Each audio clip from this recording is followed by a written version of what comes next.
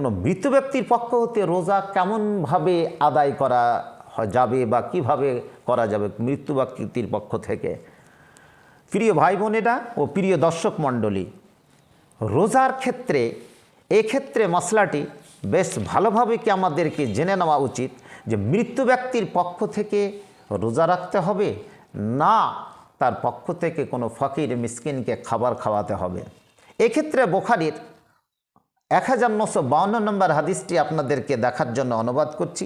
মৃত্যু ব্যক্তির তরফ থেকে যদি কোনো রোজা বাকি থাকে তাহলে প্রত্যেক দিন একজন ফকির বা মিসকিনকে খাওয়াতে হবে। কিন্তু যদি নজর আর মানতের যদি রোজা হয় তাহলে তার অভিভাবক কিংবা অভিভাবিকারা তার পক্ষ থেকে রোজা আদায় করবে।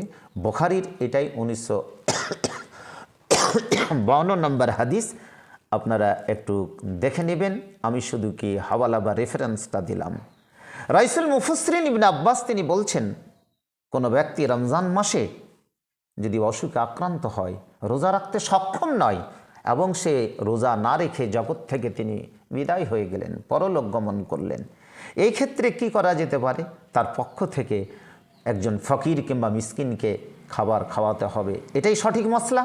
কিন্তু যদি নজর এবং মানতের কি রোজা হয় তাহলে তার অভিভাবক অভিভাবিকা তার পক্ষ থেকে রোজা আদায় করবে।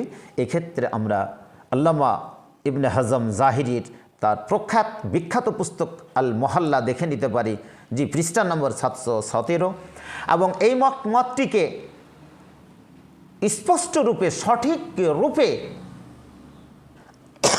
সাপোর্ট করেছেন আম্মিজান মা আয়েশা, যেটা আমরা শারহ মুশকিলিল আসার যার লেখক হলেন কি ইমাম তাহাবি, খণ্ড নম্বর 3, জি 142 নম্বর কি পৃষ্ঠায় আমরা একটু নজর দড়িয়ে নিতে পারি। জি, তাহলে আমরা উক্ত প্রশ্নের উত্তরগুলো কি পেয়ে যাব। তাহলে এটা পরিষ্কার হলো যে মৃত ব্যক্তির পক্ষ থেকে যে কোনো অভিভাবক বা অভিভাবিকা রোজা রাখবে না, তার পক্ষ থেকে কোনো ফকির কিংবা মিসকিনকে খাবার খাওয়াটাই কি শ্রেষ্ঠ। অথবা আর ঠিক অনুরূপী যদি নজর এবং মানতের কি রোজা হয় তাহলে তার অভিভাবক বা অভিভাবিকা রোজা রাখবে। তার প্রমাণ দলিল কিন্তু আমি প্রমাণ দিয়ে দিয়েছি। আশা করি প্রিয় দর্শক ও শ্রোতা মণ্ডলী প্রশ্নের উত্তরগুলো আপনারা কি পেয়ে গেছেন। আল্লাহু আলাম।